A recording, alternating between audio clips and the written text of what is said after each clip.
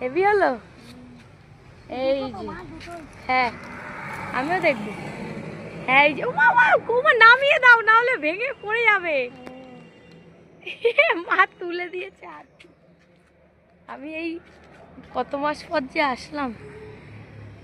এই যে আমার ড্রাগন দুটো হয়েছে, ঝুলছে। হ্যাঁ রোদ্রে মরে যাবো না, দাঁড়া এক্ষুনি যাবো। আর একটা এই যে এত সুন্দর, মানে সত্যি খাওয়ার দিয়েও দেখতে দেখতে অপূর্ব। চলো লেবু তুলে নি। কাজ কেমন লেবু মা? পাতা নেই, লেবু ভর্তি। কেমন?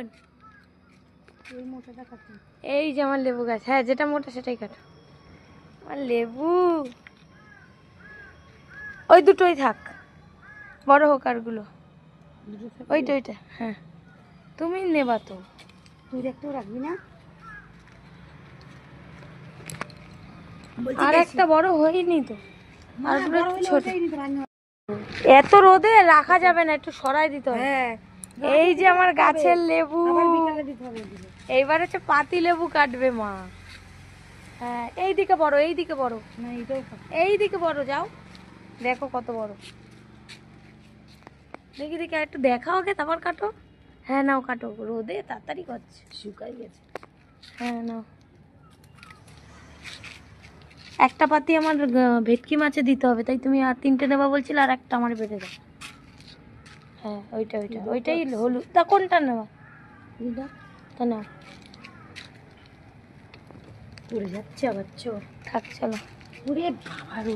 লেবুতে ভরে গেছে, রোদে আমি দেখাতে পাচ্ছি না, আর এই রোদে আমি থাকতেও পারবো না বেশিক্ষণ। আর আমার অ্যালোভেরাটা দেখো, যদিও আমি বাইরেটাকে রাখিনি রোদের জন্য আর কি, এখানে রাখা, এখানেই থাকা। আমার অ্যালোভেরাটা দেখো, ও জাস্ট লাইক আ বাও। সত্যি গাছের সৌন্দর্য সবকিছু হার মানে।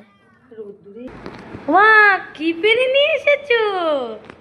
হ্যাঁ কত লেবু নিয়ে এসেছো? গন্ধরাজ আর পাতি আজকে বাড়ি নিয়ে যাবে, ফাল্গুনি এক্সাইটেড হয়ে যাবে।